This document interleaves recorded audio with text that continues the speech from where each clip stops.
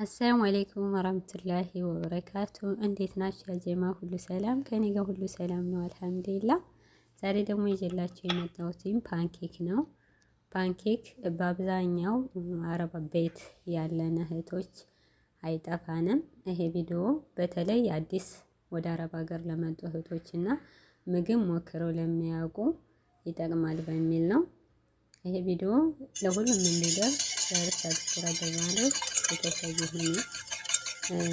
ቆንጆ ሶፍት የሆነ ፓንኬክ ለማዘጋጀት የሚጠቅሙን ግብአቶች እንቁላል፣ ስኳር፣ ወተት፣ ዘይት፣ ቤኪንግ ፓውደር፣ ቫኒሊያ ዱቄት ነው። ይሄ ካለን ቆንጆ ፓንኬክ ሰርተን ለቁርስም ሆነ ለራት መጠቀም እንችላለን።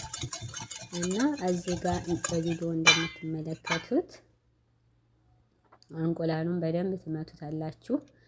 እዚህ ጋር ማሽን ካላችሁ በማሽን ኬክ በምንሰራበት በዛ ማሽን ተጠቅማችሁ መምታት ትችላላችሁ።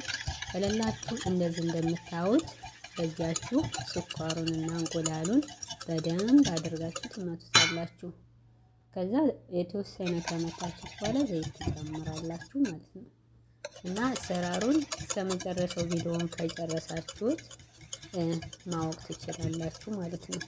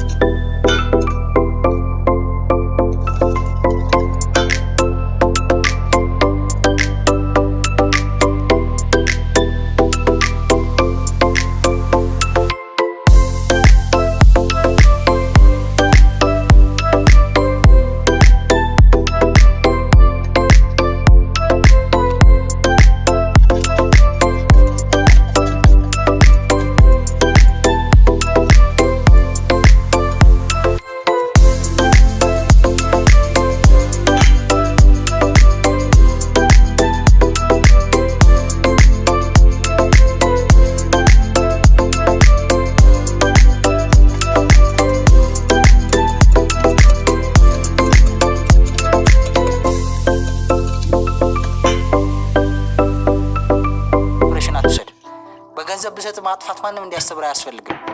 ለረዳኛል ገንዘብ እያለው ግን ትክክለኛ ቦታ ላይ መዋል የሚችለው ሰው ግን ሞር ኢንስፓየር ያደርጋል። ኢንትረስቲንግ ነው። ተረድታችሁኛል? ማይ ፖይንት የሰው ልጅ የሚያዩን ይመስላል ሲባል ብዙ ጊዜ ሰዎች አይዋጥላቸውም። እኔ 100% ጋራንቲ አድርጌ የምነግራችሁ ማለት ነው የሰው ልጅ የሚውልበትን ቦታ ነው። ይሄ በስፒሪቹዋሊቲም አለው ድጋፍ።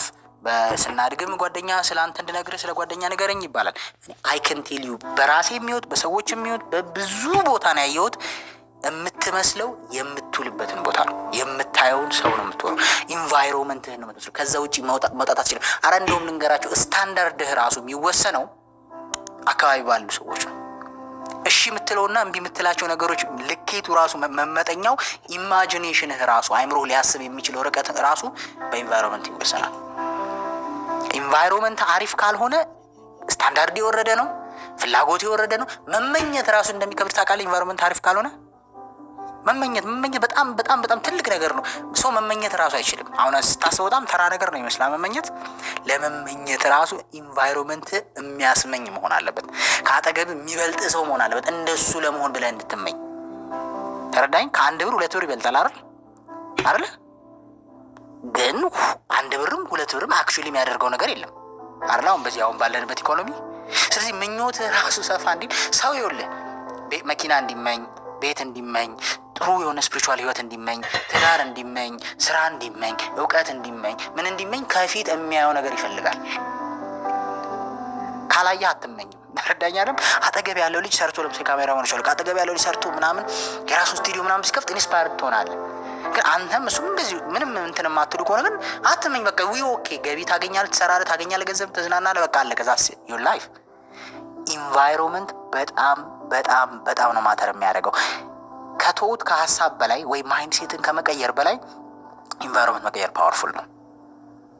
ኢማጂኔሽን መቀየር። ለዛ ነው ሶሻል ሚዲያን ላይ የምታዩቸውን ሰዎች ወይም ደግሞ በአካል አብራቸው ያላቸውን ሰዎች በጣም ተጠንቀቁ።